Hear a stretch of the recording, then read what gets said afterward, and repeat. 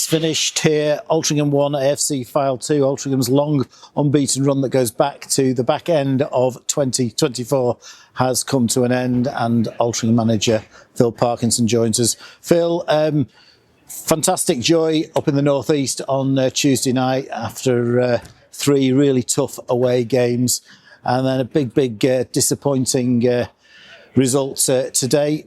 That's football, I think. Yeah, we said it against Hartlepool, didn't we? We probably didn't play amazingly well and managed to find a way to win. And then we play, I think, okay. I don't think we deserve to lose. I don't think we did enough to win. And then you lose the game. There's no rhyme or reason to it. But we've got to just analyse what we can do better, and that's all we do. And I think we've just got to be more creative with the ball. I don't think we got in behind them enough, even though they were very deep and played as you would in their position. That they're coming to try and get a smash and grab, and it almost felt that way. I know they've had a few counter-attacks in the second half that I'm sure you'll talk about, but in general I felt we dictated the rhythm of the game and the direction of play.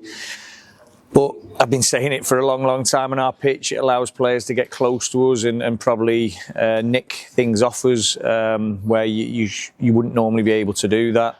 But it's the same for both teams. But we're trying to dictate and try and be in the ascendancy, so you do leave yourself open to the odd counter attack. But in general, I thought the lads did really well. And let's be honest about it, he's a big enough boy to take it on the chin. Caleb knows he should do better on both goals there. But he's a young keeper, and do you know what? Second half on the counter attacks, I think he made 2 in particular from Nick that were very, very good. But this is the difficult thing, isn't it? We're playing a young, developing player in a key position, and you've got to take the rough with the smooth. And I'll certainly never be critical of him, but I can't sugarcoat that he's got to do better on them two moments. First 25 minutes, nothing wrong with the performance at all. We were getting through them, in behind them. Regan was getting quite a lot of joy. Their keepers had a very good game throughout the game. And we've responded to conceding the early goal very, very well. We've scored a good goal ourselves. The second goal did seem to hit us a little bit, and we carried on playing until half-time and into the early stages of the second half. But it all went a little bit flat around the hour mark. Yeah, because they were time wasting. They were being very clever, gamesmanship, and fair play to them. We do exactly the same in their position, so that slowed the game down. The ref didn't really do anything about it, and I knew he'd give a soft yellow to us for no reason when they've had 2 really late off the ball challenges on our players, and Tyler Golden for a collision gets a yellow card, which is really disappointing. But it's not the referee. The referee hasn't cost us, but he could have sped up the play. Could have added on every second. I think York had 10 minutes added on into their game, and they've got an equaliser in the last kick of the game. I think he's played almost bang on. Is it 94 or 94 and a half? I always feel that sort of goes against us, but you do feel that way when you lose.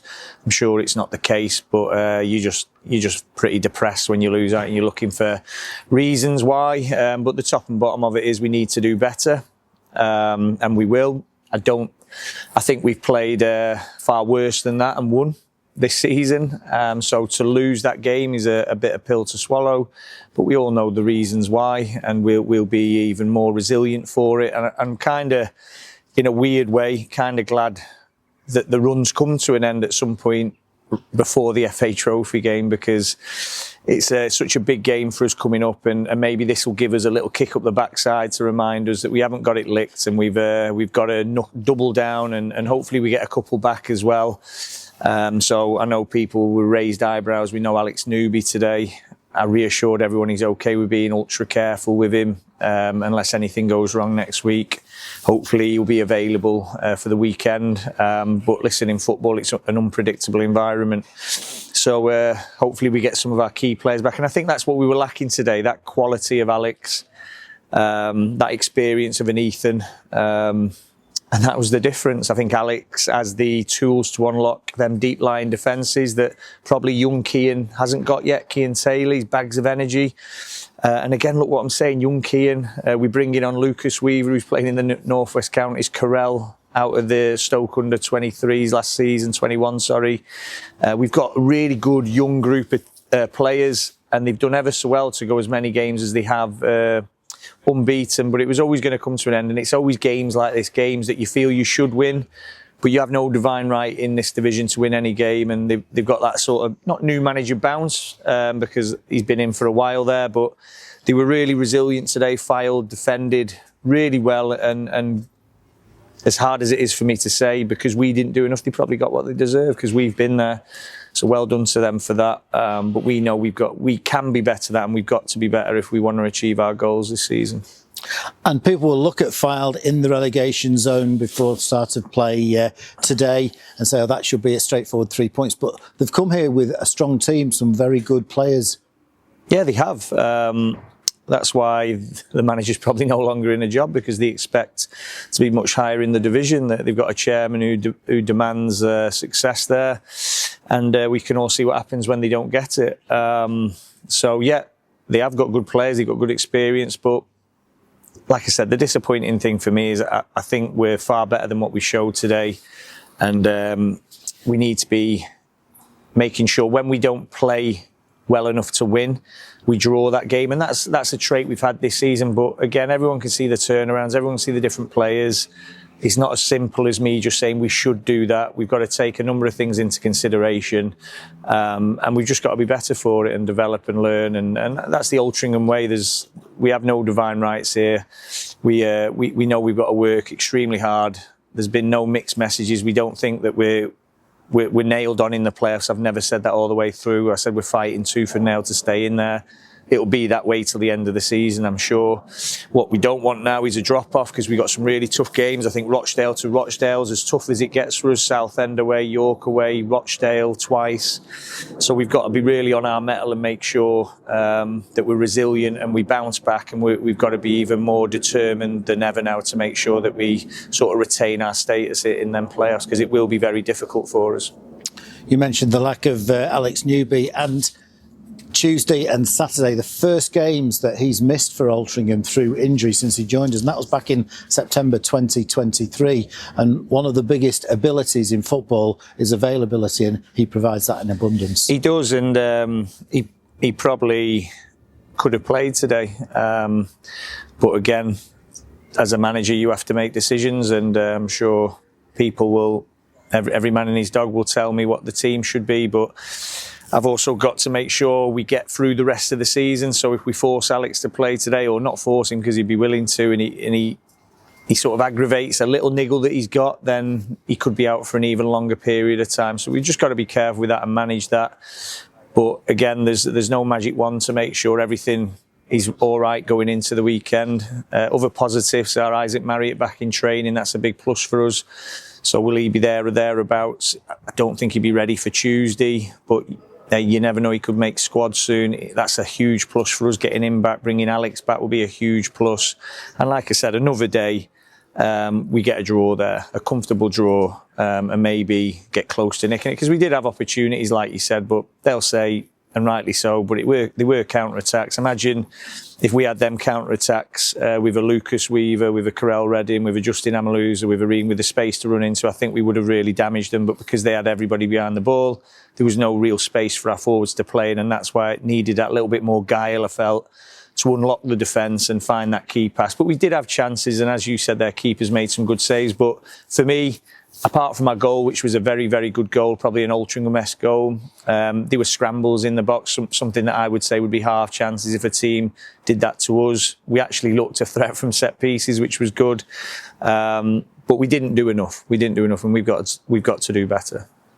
Are you pleased now that we've got two games in cup competitions, Tuesday and Saturday, rather than a league game on the back of this, or prefer to be back in National League action on Tuesday? Depends how the results go. Yeah, I think it's sometimes nice to come away from the league, particularly after a result like that, to reflect, and there'll be other lads who we can get up to speed on Tuesday and give some of the lads who've been churning out results and churning out the distances and the travel week after week. So they probably need a little bit of a rest. We can't rest everyone because you've got to play 4 starters, and we've got lads chomping at the bit to play as well, lads who need minutes and lads who need to impress as well. So against Newcastle on Tuesday, I'll be expecting to see a reaction, but not just a reaction, because a lot of them won't have played. It'll be a chance for them to sort of stake a claim because we've lost. So if they show up well, who knows what the team can look like against Rochdale. And Kasper Pasiek returning to the fold after being on the bench in the Championship for Preston North End, which is quite something for such a young player. It is, and I know they've got high hopes for Casper, but we've all seen, a bit like Caleb, a bit like Kian, the developmental players, aren't they, that they're here to get that experience, and they're going to make mistakes, and they're going to show flashes of why they're at a Championship club. But you have to take the rough with the smooth with them, and we've seen that today. So they'll all get better for it. We don't want to feel the pain of that, but listen, them clubs are doing us a massive favour, giving us them players when we needed them. So it's not our obligation, but it's our sort of duty of care to make sure that we're doing our side. We're playing them as much as we can within reason, and giving them the positive messages when they've done things well, but obviously pointing out the bits that they need to improve on. So hopefully it's win-win for everyone. But it's just, it's been a tough day today, so everyone's a little bit down. But as I said, I'll use this to galvanise us. I'll use this as a motivational tool rather than just an expectation that we roll on to another win. And finally, Phil, we're always disappointed when we lose. We're always disappointed when a good, long, positive run comes to an end.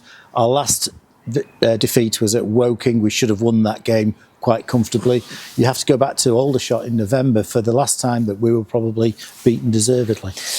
Yeah, well, I don't think we were beaten deservedly today. Like I said, I thought it should have been a draw. But as you said, the last block of 10, as I said, I reviewed it the other day. Woking, we conceded late on in the game in the last 10 minutes to lose 2-1 when we should have drew. And then we had 2 late goals against us against Forest Green, didn't we, to equalise. And who were the other ones up there? But 2 late goals when we should have took Barnet. Yes, where we should have took maximum points. So the group's learning, it's developing, and they'll bounce back, because that's what we've got, a really resilient group, and I'm very, very confident that they'll take this in the right way. It's hurting right now, and it's got to hurt. And I feel like I'm saying the same things to you, but we've shown great resilience this season. It's been a key trait of the team, and they're going to have to show it again in this tough run of fixtures coming up.